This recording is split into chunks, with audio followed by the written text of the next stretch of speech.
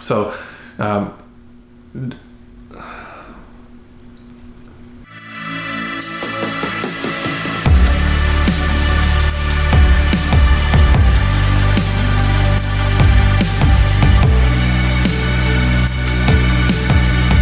So you want to buy a pre-sale. I'm going to go through just a few topics, some of the things off the top of my head that I've written down here. One of the things that people get surprised about is that they do have fixed prices. Keep in mind, these developers are large developers, so there isn't a ton of flexibility. Sometimes there is, sometimes there isn't. Now that doesn't mean that pre-sales are not negotiable. It depends on the developer, the current stage of the development, what phase they're in, how many they've sold, and how many they have remaining. Sometimes negotiation comes in the form of upgrades. Developers will have certain tiers on what they offer. They want to hold firm on their prices because that is a registered sale and they use that as a benchmark for selling all of their units in that development. They'd rather give you a few upgrades versus drop down the price. Now, what kind of costs are associated with a pre-sale versus a resale? All new development pay a 5% GST. So if you're buying something for 500,000, 5% on that would be 25,000. You want to budget and be approved for up to 525,000. Sometimes that 5% GST can be included in your mortgage and sometimes it can't. So this is where it comes in handy,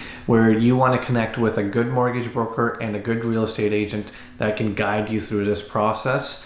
You are going to have a property transfer tax if you are not a first-time home buyer. On 500,000, you're probably looking at $8,000 to $9,000 in transfer tax. You cannot mortgage your transfer tax. Outside of that, you're going to have your standard legal fees. Budget for $1,000 up to $1,500. The reason why people are buying pre-sales are that they're going to be ready in the future. Maybe they don't have the full down payment and they're able to hold a pre-sale based on a 5% deposit. Now, typically, deposits are about 10% for new developments. Again, this varies. It could go up to 20%. Sometimes it can be staggered on a tier. Well, you give a 5% deposit today. In 3 months, you have to give another 5%. In another 3-6 months, it could be another 5%, accumulating up to 15 or 20%. You want to take a look at the structure that they have available. You might be thinking to yourself, well, I'm a first-time buyer and I want to buy with 5% down. I don't have 20% to put towards a deposit of this condo or whatever it is, or a townhouse. Show that you have 20% down so you can borrow funds. Have that reimbursed on the back. Basically, that developer is looking for a 20% deposit. Sometimes it's a requirement from their lender, or it's a seller's market and the seller is demanding 20% down as a deposit. Now, that doesn't always correlate, like I'm saying, to the down payment required for the mortgage. For example, I did a 10% deposit deal, 5% returned back to the buyers at the time of conveyancing. So basically, what that means is they had 5%, they borrowed another 5% from the parents. We put a deposit of 10% down. When it came time to move into, they were able to get that 5% back, paid their parents back. Sounds like a lot. We can chat about any of these things if you have any questions. Let's talk about completion dates. What's better? Something that's in a few years or something that's going to be completing sooner? If you're looking to only invest, then it might be something that for the long term. Maybe you want to build up your down payment and you don't have all those funds available like we were just talking about. It's great to have something longer in that scenario. Something shorter means that you can complete on it sooner, you can rent it out and start getting the cash flow on it or live in it, whatever your situation is. Or if you're looking to put it back on the market, resell it and make a profit on it, that's a possibility too. One thing I would say about longer completions is, did the developer sell phase 1, phase 2? Are those going to be done, for example, in 6 months and you're in phase 3 and yours is going to be done in a year and a half? Phase 1 will be complete.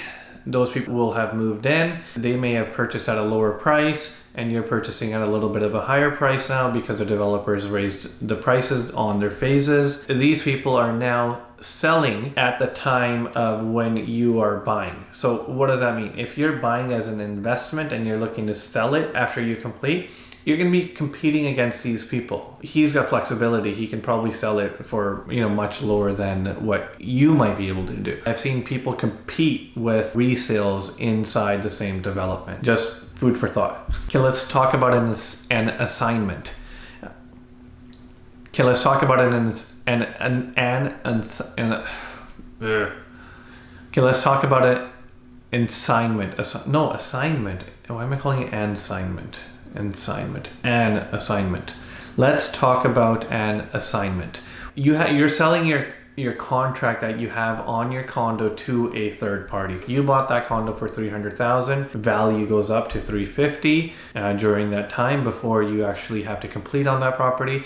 You can assign it over to me. I'm willing to pay $350 now. You can make a $50,000 assignment. I would be responsible to complete on it. If I were to default or don't complete, the responsibility still goes back to you. Assignments are a whole different topic, whole different video. That's the gist of it. What you want to look out for, do you have the capability to assign? Is there a fee associated with an assignment? Does the developer allow you to market that property? Or they just don't allow you to, or they're open and they say do whatever you want. Assignments are, I think, critical to understand. You don't want to get into something, find out on the back end that, hey, there's going to be a huge cost for you to assign and there goes all of your profit. Doesn't mean that necessarily values are going to go up.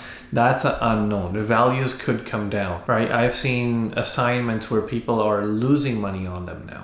I've seen assignments where people made a ton of money on them.